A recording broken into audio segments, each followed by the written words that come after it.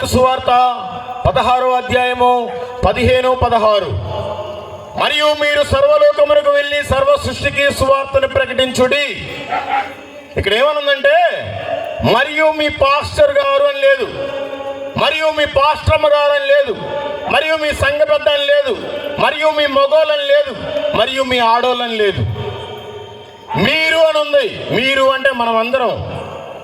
మరియు మీరు సర్వలోకానికి వెళ్ళి సర్వ సృష్టికి సువార్తను ప్రకటించుడి. సర్వలోకానికి సువార్తను ప్రకటించమంటే నా దేశం మీద పడి తిరగమని కాదు. కనీసం మన ఇంటి పక్కన వాళ్ళకైనా సువార్తను చెప్పాలి, మన ఇంటి ఎదుటి వారికైనా సువార్తను చెప్పాలి, మన వీధిలో ఉండేవారికైనా సువార్తను చెప్పాలి, మన ఊర్లో ఉండే వాళ్ళకైనా సువార్తను చెప్పాలి. ఎందుకు మనమే చెప్పాలి? మనకు తెలిసిన వాళ్ళు బొచ్చిన మంది చచ్చిపోయారు, మనం ఇంకా బ్రతికున్నాం. ఏమి సాధించడానికి బ్రతికున్నాం? దేవుడు నిన్ను సువార్త చెప్పడానికే బ్రతికిచ్చాడేమో తెలుసుకో. సువార్త ప్రకటిస్తే ఏం జరుగుతుంది?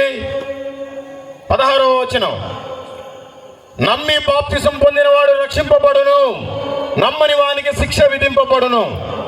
అందరూ అనుకుంటున్నారు యేసు ప్రభు నమ్మితే చాలే పరలోకానికి వెళ్ళిపోతాం అనుకుంటున్నారు. ఇక్కడ రెండు మాటలు, ఒక మాట కాదు.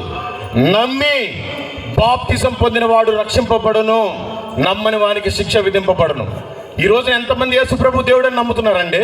ఒకసారి చేతులు ఎత్తండి. ఎంతమంది నమ్మి బాప్తిసం తీసుకున్నారండి?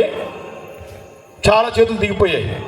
మిమ్మల్ని అందరినీ నరకంలో వేయటానికే దేవుడు అనుకున్నాడేమో చూసుకోండి. నమ్మి బాప్తిసం తీసుకుంటేనే నువ్వు రక్షణలోకి వచ్చినట్టు, లేదంటే ఇంకా నువ్వు స్టిల్ పాపంలోనే ఉన్నావు. పాపము వలన వచ్చు జీతం మరణమే. నమ్మితే సరిపోదు, నమ్మి బాప్తిసం తీసుకోవాలి. అప్పుడే నువ్వు ఆజ్ఞని అతిక్రమించకుండా ఉండినట్లు.